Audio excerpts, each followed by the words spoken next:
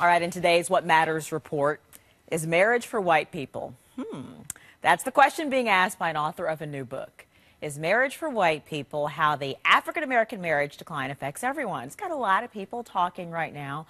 Stanford law professor Ralph Richard Banks says it's time for black women to, this is a quote, give up the good fight on marrying a black man. Here he is. The way I think of that is that women have been asked to carry a great load. Black women shoulder a lot of the burden, in short, of black men's struggles. And I am asking women to put the burden down. Many women think that they're attracted to black men. They are attracted to black men.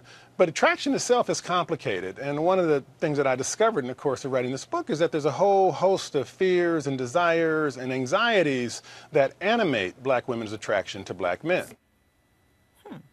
Okay, Banks recently wrote an article in the Wall Street Journal and said that 70% of black women aren't married. That's roughly true. Okay, so is it time for single, educated, and working black women to just forget the notion of marrying a black man and look outside their race? A new Gallup poll shows more and more people are receptive to the idea of interracial marriage. In 1968, the numbers were quite low for whites approving of interracial marriage.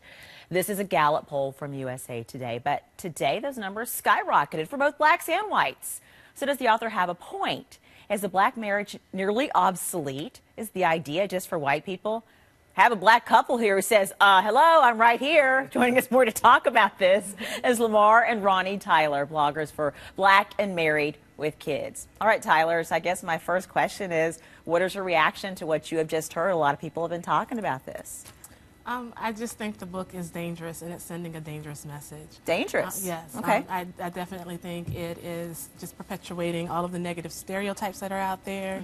And now is the time for black people to come together and to work together, not to look outside of our community for the answers. Dangerous how so? And I want you to answer this because he seems to be putting a lot of negativity out there on black men. Sure. Well, you know, I think what he's done is created a perfect mechanism to sell books, but not so much to help African-American women. All right. And I think, you know, he's portraying this like this is some type of help tool for them, but not at all. I think anytime when you say that one entire group of people, specifically based on race, is bad and another group is good, then it doesn't make any sense at all. It's not helping anybody. Instead, the conversation should be, if there are problems in the African-American community, how can we uplift the community? What can we do to show them that marriage is positive, to show them that parenting is positive and where it's at?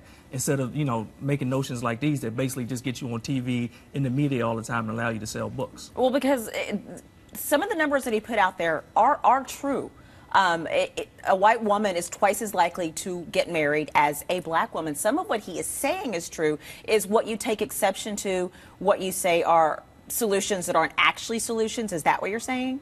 Exactly. Solutions that are not actually solutions. So if it's true, let's get down to why it's true and bring forth real solutions for the black community. Okay. Yeah, you know, and I think, you know, interracial dating is fine. I think who you fall in love with is who you fall in love with. But again, you know, when you say this group of people, in this particular instance, which is black men, are bad and you shouldn't be with them. And I think the craziest thing about all of this is the fact that he's married to a black woman. So what if she took his own advice? They wouldn't be married now. So what you're saying is, okay, let me make sure I'm clear.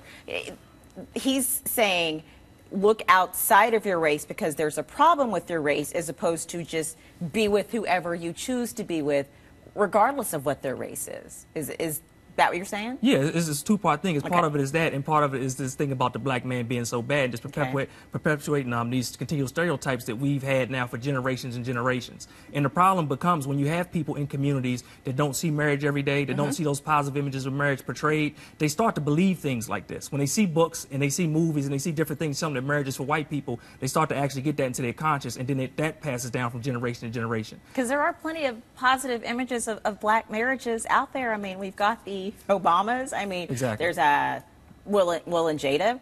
If you don't believe all that tabloid mess is out there. Right. An interracial couple, there's Iman and David Bowie. There's lots of positive images out there if you choose to see them. Exactly.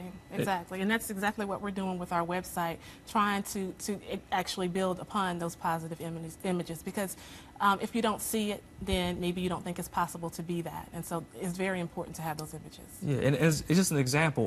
We do documentaries. In our second documentary, You Saved Me, 8 couples, African-American couples from newlywed over 50 years. We premiered it in D.C., sold out over 540 seats.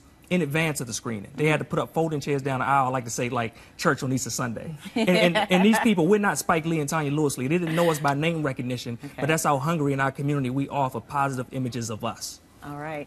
I got to say, when we started talking about this in our morning meeting, some of the single white women in our meeting raised their hand and said, "It's tough for everybody." Exactly. It was a good conversation. Actually, Thank it was a good moment cross racial lines. So I like that. It's a great conversation as well. Remind people what your blog is again. blackandmarriedwithkids.com. I love it.